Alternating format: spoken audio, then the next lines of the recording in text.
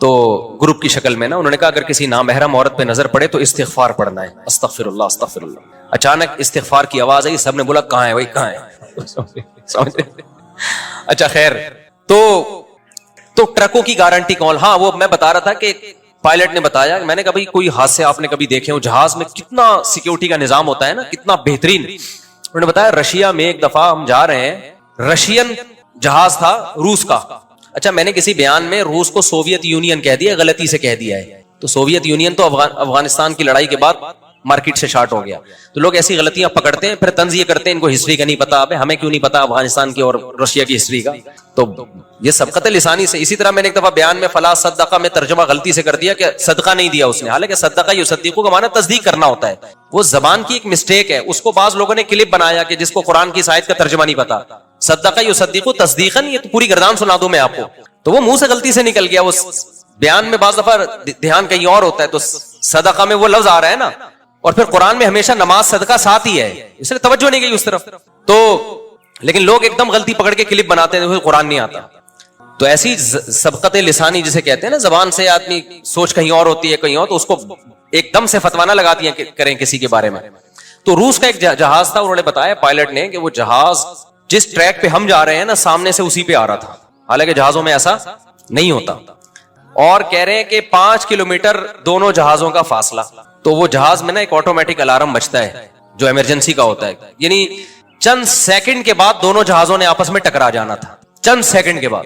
پیچھے مسافروں کو کچھ نہیں پتا تھا کیا ہو رہا ہے, لیکن آگے پائلٹ کی حالت کیا ہوئی ہوگی آپ سوچو کہ 5-10 سیکنڈ کے بعد ہمارے پرخچے اڑ جانے. کہہ رہے ہیں وہ اللہ کا فضل یہ ہوا کہ وہ کوئی آٹومیٹک سسٹم لگا ہوتا ہے, اس نے ٹرن لیفٹ کا کہا اور سامنے والے جہاز کو بولا ٹرن لیفٹ, تو اس نے ادھر لیفٹ کیا ادھر. یہ 1-2 سیکنڈ کے اندر کرنا ہوتا ہے پائلٹ نے. حالانکہ ایسے موقع پہ انسان بوکھلا جاتا ہے کہ بھئی یہ کیا ہو گیا, پتا چلا ٹرن لیفٹ بولا اور اس نے رائٹ کر دیا. تو کہہ رہے ہیں وہ لیفٹ ہوا ہے اور دونوں جہاز یوں گئے ہیں ایسے کر کے, سلام دعا کرتے ہوئے, الیکس سلیکٹ کرتے ہوئے. پیچھے لوگوں کو نہیں پتا کیا ہوا ہے, وہ تو تھوڑا سا ہلے اور سیدھے ہو گئے. تو میں نے کہا ایسا ہوا کیوں ہے, سسٹم کی خرابی. انہوں نے کہا نہیں, رشیا میں بعض دفعہ پائلٹ پی کے نکلتے ہیں, حالانکہ کتنا ان کا سسٹم ہے چیک کرنے کا, پائلٹ کا نا الکوہول کتنی اس کی باڈی میں, بہت زبردست سسٹم ہے. اس کے باوجود بھی بھائی یہ سسٹم انسان کا بنایا ہوا ہے, انسان سے غلطی. وہ پائلٹ پی کے نکلے تھے تو پائلٹ سمجھ رہا تھا پائلٹ ہو گیا الٹا, میرا خیال ہے یہ پینے کے بعد جو ہے نا وہ الٹا ہوتا ہے, تو وہ ہو گیا الٹا. وہ سمجھا کہ جہاز الٹا ہوا ہے, تو جہاز کو سیدھا کرنے کی کوشش کی ہوگی اس نے. ایک شرابی جیسے ہے نا, وہ مشہور واقعہ ہے کہ شراب کتنی بری چیز ہے, دیکھو آپ, دونوں جہازوں کے پرخچے اڑا دینے تھے اس نے. خیر بچ گئے, پتہ نہیں کیس ویس ہوا ان کے خلاف کیا ہوا ہوگا.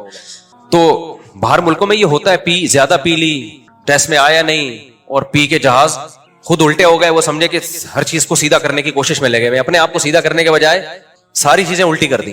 وہ ایک شرابی تھا نا, فائر بریگیڈ کے عملے میں تھا, تو شراب پی کے چلا گیا. وہ سب سے زیادہ محنت اسی نے کی, جا کے لوگوں کو نکال کے آ رہے, 1 بندہ 2 بندہ. لوگ کہہ رہے یار کیا ہو گیا, 10-15 بندے نکال دیے اس نے نا.